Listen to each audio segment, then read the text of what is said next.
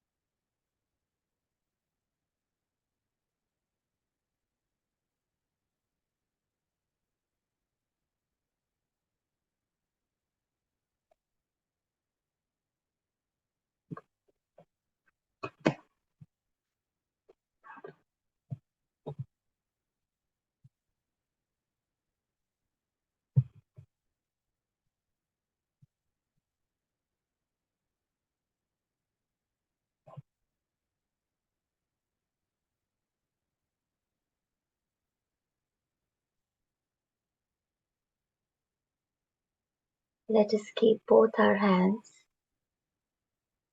on Mother Earth.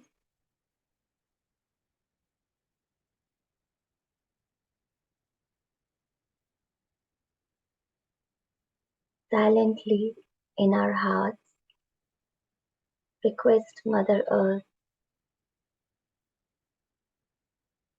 to please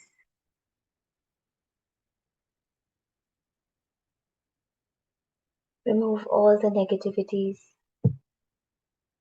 from every cell of our body.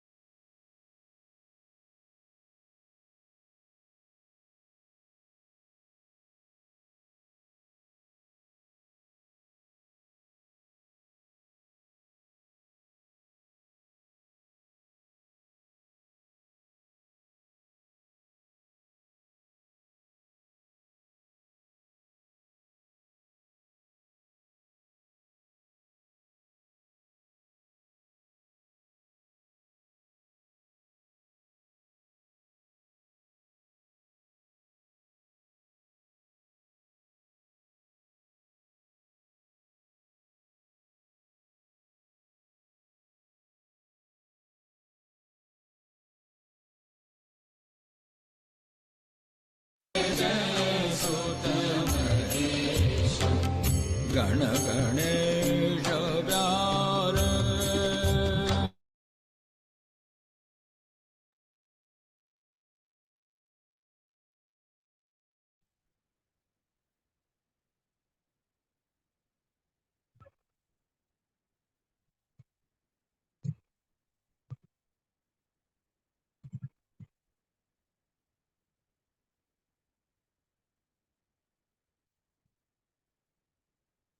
We are moving our attention to Mooladhara now.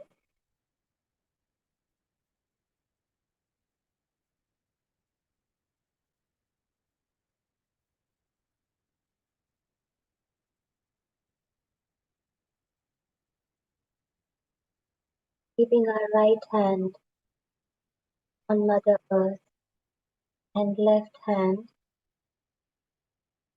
on our lap. We pick our Mother, who is Sri Ganesha, to please to make us innocent.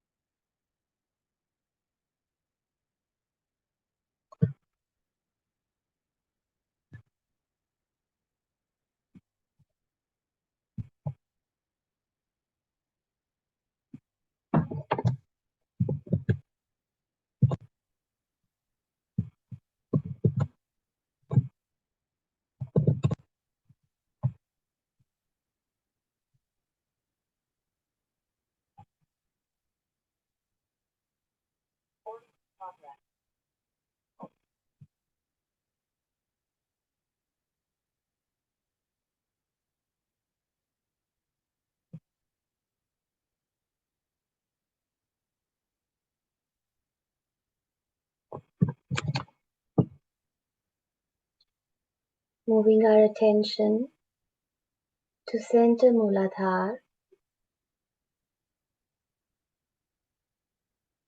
Let us keep both our hands on our lap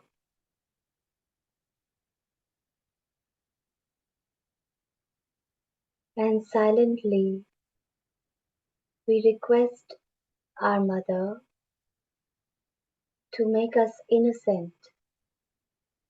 O Shri Mataji, please remove all the negativities from my center Mooladhara.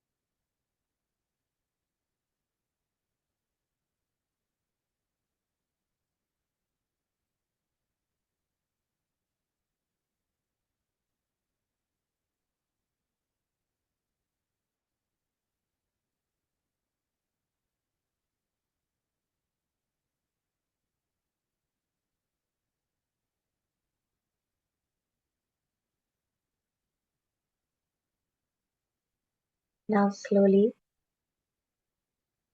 keeping our left hand on Mother Earth, let us request, O Shri Ganesha, O Shri Mataji, please clear my right Mooladhara. Please make me righteous and fearless.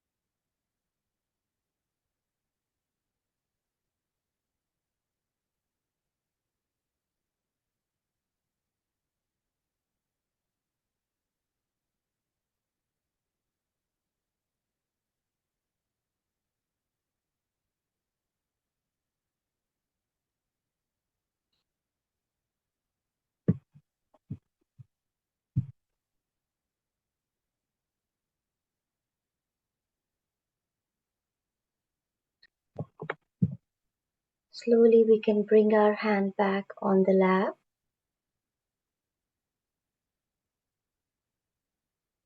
requesting Mother Kundalini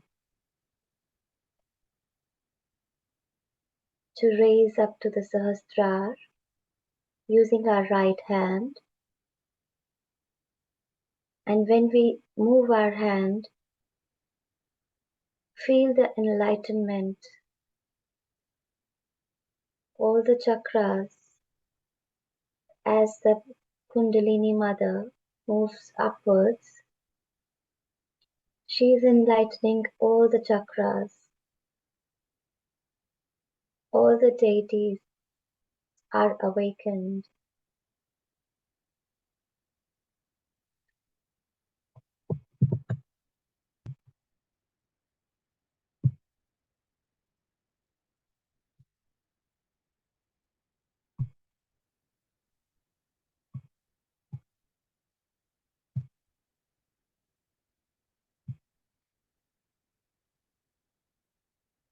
Keeping our attention on Vishuddhi Chakra and requesting Shri Mataji to please make us her divine instrument. Let us continue listening to this beautiful talk which we were listening to yesterday.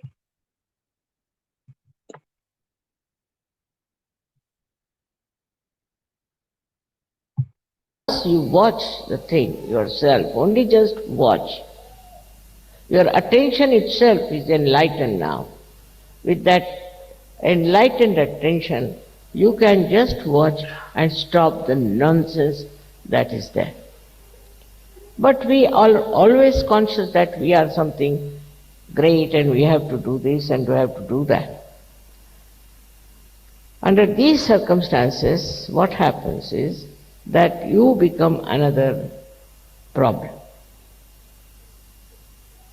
Because what can you do? You can't do anything.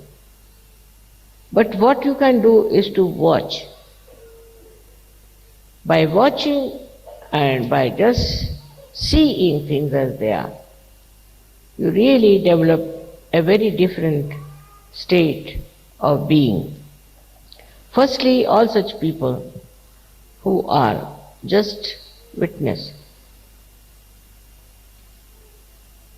what happens to them is very interesting, that their memory loss is much less. Because whatever they see becomes like a picture to them. Like we can say, they can tell you even the color, the folding, everything. Whatever they see is so much in their mind like a photo, and they can tell you exactly what they have seen. And your memory is not lost. While if you react onto everything, your memory becomes horrible. And people are so much habituated with reacting.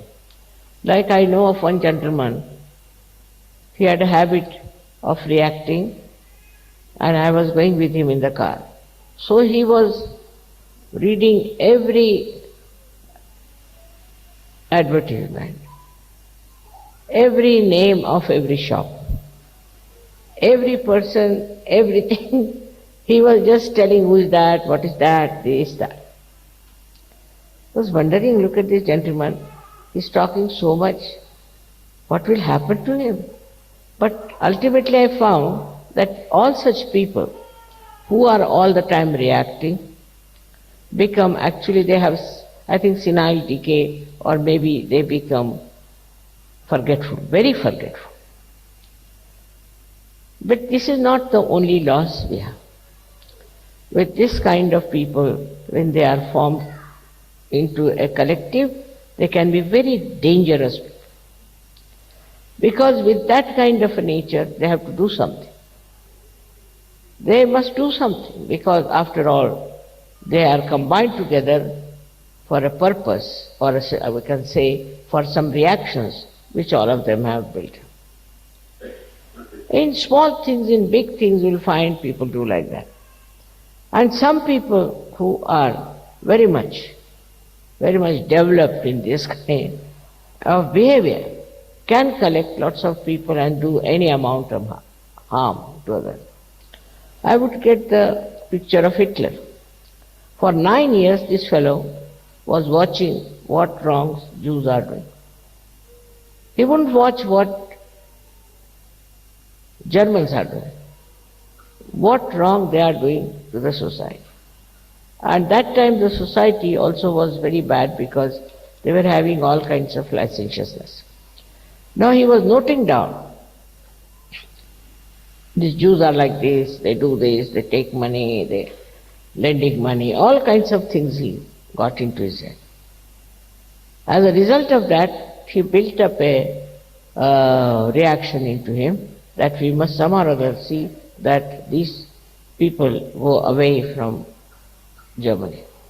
But then he thought, even if they go away from Germany, they'll prosper again. So why not kill them? I mean, to such an extent that even, you cannot see such films. You cannot see anything of that nature that Hitler did. But he did it. And people who followed him also did it. Without feeling any hitch, as if it was a matter of great pleasure or a joy, or maybe it's a duty. How could they get duty bound to such a horrible thing like killing thousands and thousands of Jews? What Jews had done to them, they could have corrected it. But why did they indulge into such violence? And they wanted to finish all the Jews of the world. It can be very, very dangerous because once you start losing your witness stage, you can fall into negative collectivity. And thus this negative collectivity acts in such a bad manner that all the conflicts of the world, all the problems of the world perhaps are related with this. So as Sahaja Yogis, what should we do?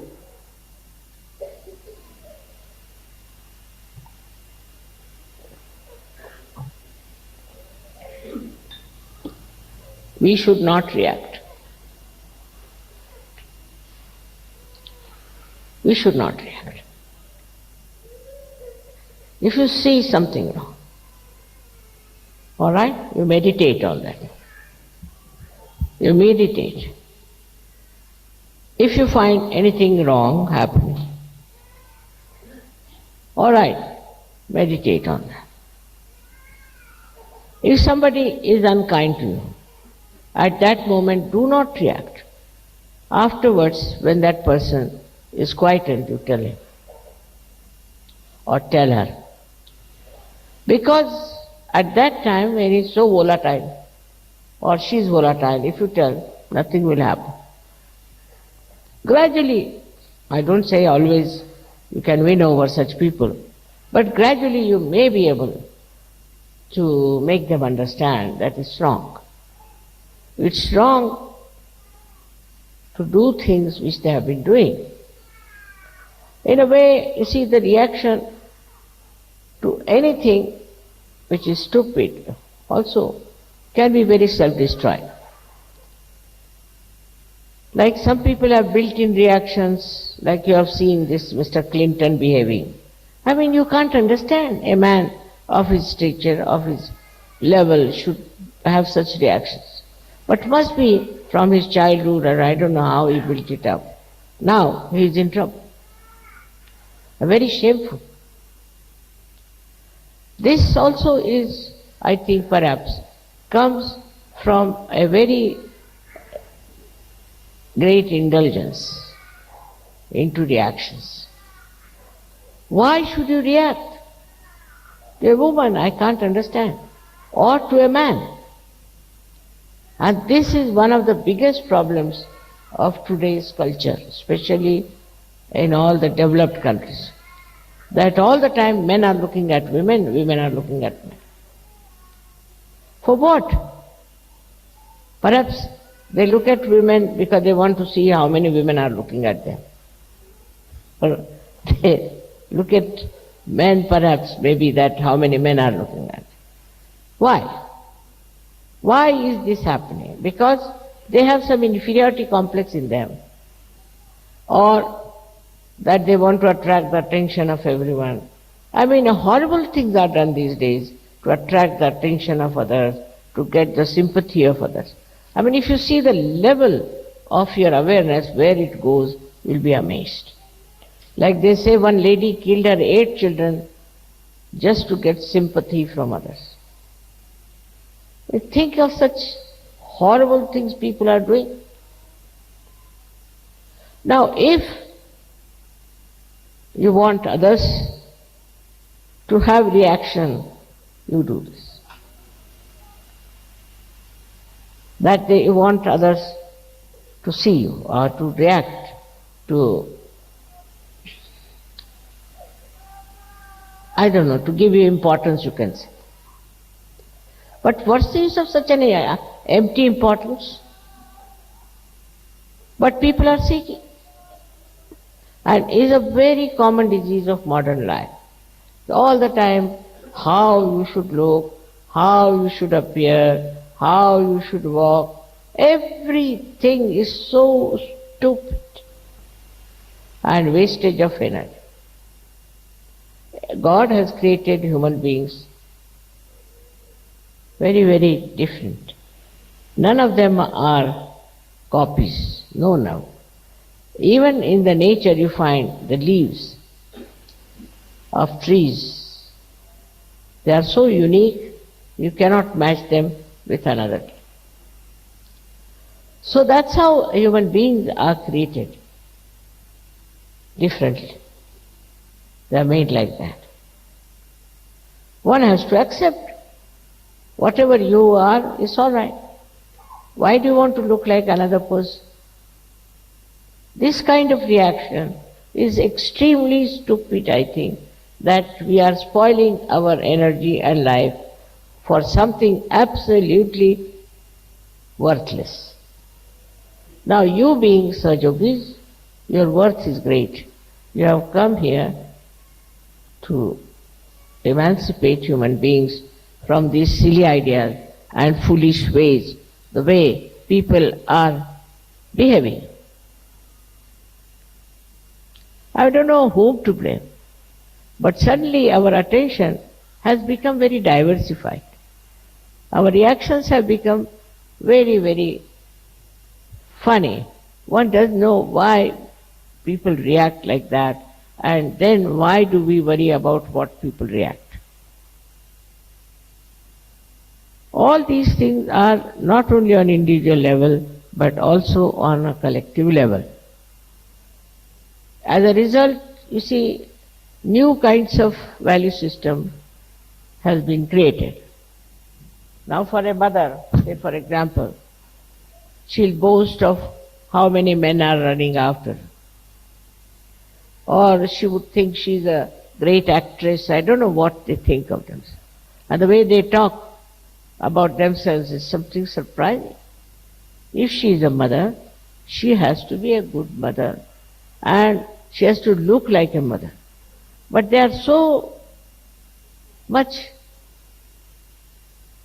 engrossed, or they are so much standing on the basis that they have to be extremely attractive, they have to be the queens, or I don't know what a position they want to have. Same with the men. You see, if you have something within you, if there is any quality within you, is there anything that can qualify you as a great man, it will be showing. You don't have to advertise, you don't have to pamper it, nothing. It will be showing. So that indifference, if you have towards the public opinion, I think you can achieve a lot. Most of the frustrations will disappear. In Sahaja Yoga also I have seen people want to show off a lot. I know who does that. But they should know. Once you do not react to outside, you will start reacting to inside, and introspection will start properly. When you see yourself, you will be amazed how admiring you are, how happy you are. Now, if you go beyond that a little more, then you don't think about these things. You just become thoughtless, and you just stand up as a person who is respected, whose company is wanted, who is loved, and who is cared for. So one should not worry as to what people react, what they say about you, what they think about. You should just introspect and see for yourself. After some time, you don't need even introspection.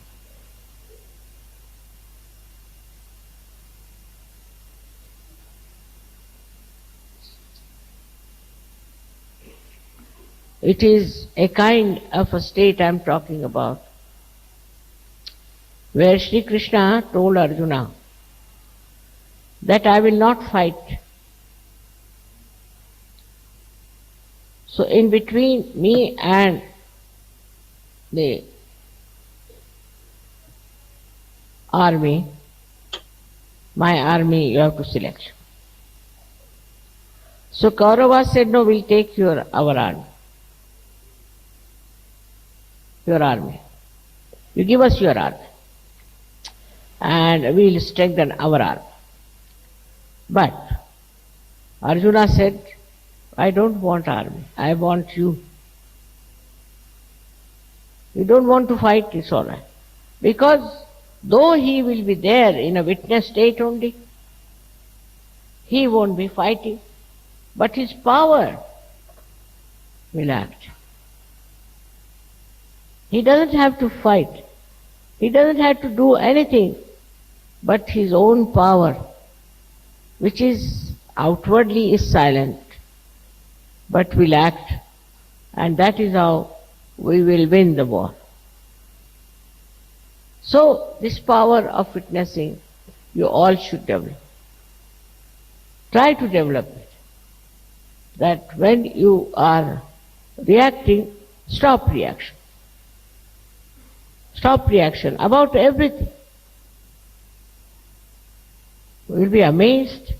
You will find yourself a very, very powerful person, in the sense you will have no ambitions, you will have no desires, you will have no special fondness or anything. But just you are witnessing the drama. It's very interesting to witness also, because then you understand the humor behind everything. You understand the stupidity behind everything. You understand also how people have been so violent, and you just laugh at it. You don't get upset, excited, nothing. Just laugh at it. After some time you will be amazed. Your witness state will increase. And when in the collective all of you have that witness state, you can do wonders without doing anything, without saying anything, without acting. Only your presence itself can work it out. I don't say that it will have effect on everyone, no, can't say. But most of the people, any person who is in that state, he is the one who brings peace, he brings joy.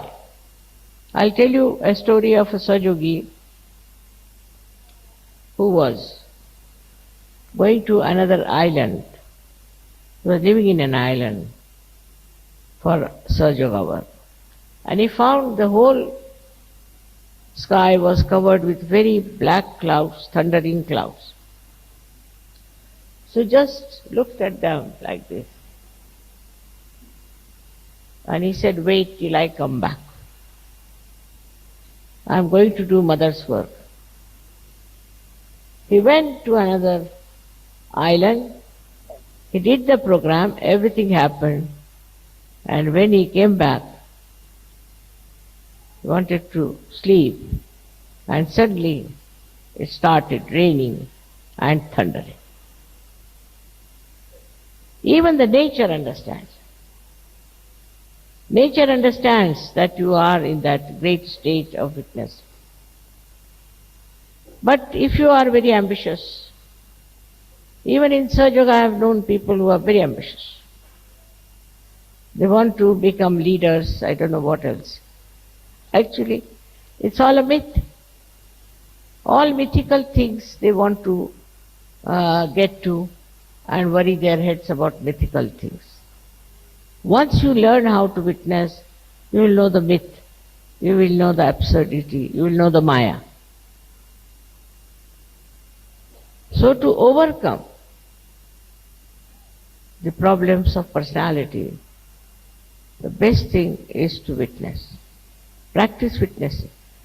Everything. Before talking, practice witnessing. Before giving any comments, just start witnessing. It's a very, very satisfying attitude. In Sri Krishna's life, the greatest power he was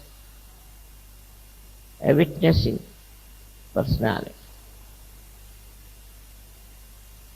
Without doing anything, without taking a sword in his hands, without talking about fighting, he is the one who has helped Pandavas to win the war. Not only, but through his Gita, he has tried to tell us what we have to do to win the war over evil. Whole Gita is the witness state he described about. If you read it, Gita now, from this angle, you'll be amazed to find that everywhere he is like a witness, describing everything, whatever he sees. And he will tell you how this witness state has helped him to understand also human beings. He is a man who was, we should say, was not such a big businessman. Because first he told you that how to become Sthitaprajna. Sthitaprajna is the one who is in the witness state. If you see all these verses on Sthitaprajna, is nothing but a person who is in witness state, how he lives, how he is happy, how he looks at things. It's interesting, very interesting. First he describes that, not like a shopkeeper who will describe first the bad thing, but he starts with the best. Then he goes down to other things and tell you that whatever are the three aspects. The first he talks about karma, and many people get stuck at that point, that whatever karmas we are doing, we'll get the punyas out of it. But he is not. He didn't say that. If you know him, then you will know he never meant that. What he says, that whatever karmas you have to do, you can do it, but leave the results to the divine power. Results are from the divine power. Now maybe that some people think that they have got money because they have done good karmas and start doing all kinds of bad karmas with that money. He didn't say that. He said, leave the results to the divine power. Because divine power knows best what is for you. And so, if you think you have done something good, you have served somewhere to the poor, you have done something really good for the women or anything, the result of that, you leave it at the feet of the divine power. Means that you don't build up an ego for whatever you have done. So very well he has written this, but to understand him one should have again the witness state to see what he has written about karma. Then he has written about jnana. Jnana means where you know. But that doesn't mean you go on reading books, never. Jnana means to know what you are. That means you have to be a Sahaja yogi, by which you know so many things through vibrations. Jnana doesn't mean reading books. By reading books, you become more ignorant. So jnana means that you must know yourself. If you do not know yourself, you do not know anything.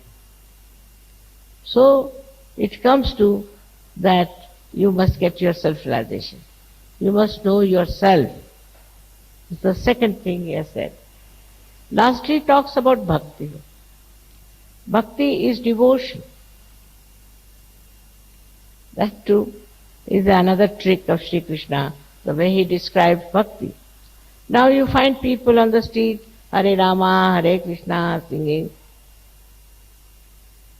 In one word he is concluded, he says you must do Ananya Bhakti. Ananya means when there is not the other. That means when you are submerged yourself into the divine. You are one with the divine. Then you should do bhakti. Otherwise, I do not accept. Says that if you give me some leaves or some fruits or some flowers, I will accept. I will accept. But for him, the real bhakti is only possible when you become one with the divine. Otherwise, it's just a show. So, the third bhakti part also comes after self-realization. Now in the bhakti, you see, there is no what the value is and how much you paid for it and how you bought it is not important.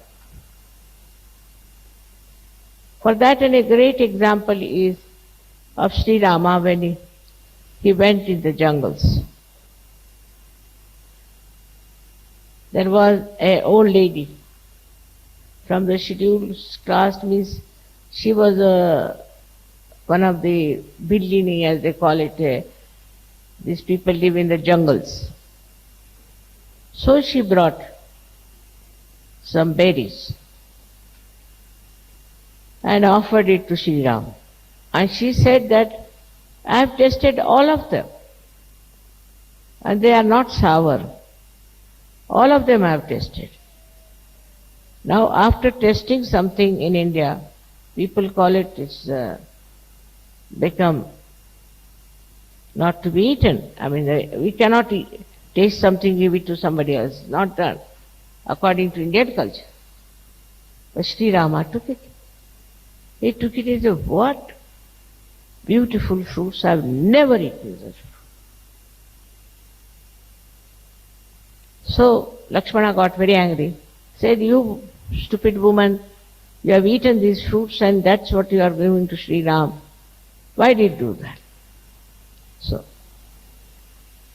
Sita was watching. So she asked him, why don't you give me some of these fruits? He gave. She said, my God, what nice fruits these are. I have never eaten such good fruits. So then Lakshmana also, his temper came down and he said, can you not give me some? He said, why? You were so angry. Why should I give? So ultimately she gives him that fruit. So what did he see in those fruits? Was the love. The love of this old lady living in the forest. Her love, which was important. So when you want to give something also, it is your love which is important. Not how much you paid, what value you have spent, nothing. It's the love with which you do it. And that love should be evident. If such things can happen, even with Sri Krishna, the same thing happened. He went to, they called them Hastinapur in those days, where these Kauravas were ruling. And the king was a Duryodhana. And he asked him, you come and stay with us and have food. He said, no, I won't be able to come. He goes to another person, Vidura, who was the son of a maidservant, Vidura. Because Vidura was a realized soul. He was a realized soul. So he went and ate in his house where he had cooked very simple food. Because he was a realized soul, to him, he was the best to have food with. So, your value system should be based on such things like love. Where you can get love, you should be attached to that person. Where you get a realized soul, you should be attached to them. And not to worldly people who think no end of themselves and think that they are great. They may be. But to you, as Sahaja Yogis, is the love of people which should be respected, should be understood and to be felt. But if you have no witness state, then you will see how much money this man has got, how many cars he has got, what clothes he is wearing. All these considerations will be there. But in a witness state, you will understand that you will get vibrations from this person. You will understand that person is spiritual. And that's how you will stick to such a person. You will not go for artificial things, but a genuine personalities that are there. May God bless you all. Thank you.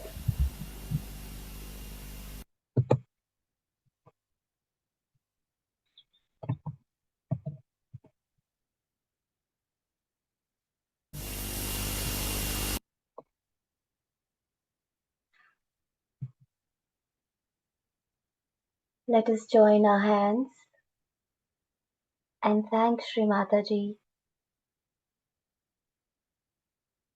for this invaluable knowledge. O Shri Mataji, please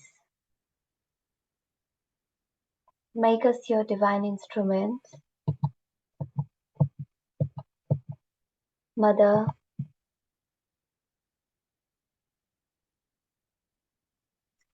please keep us in witness state.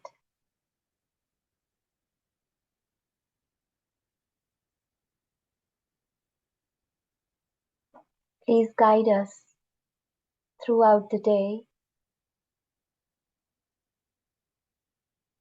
and the life to come.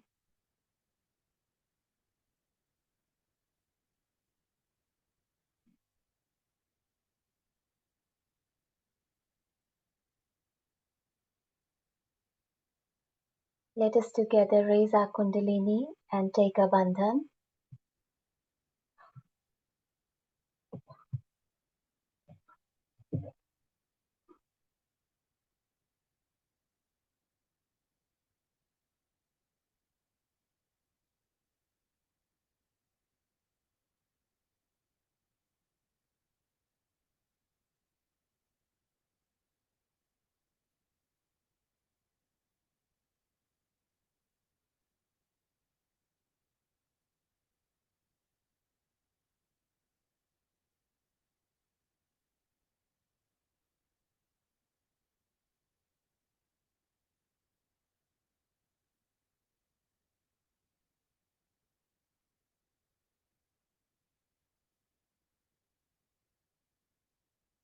Thank you everyone for your vibrational support.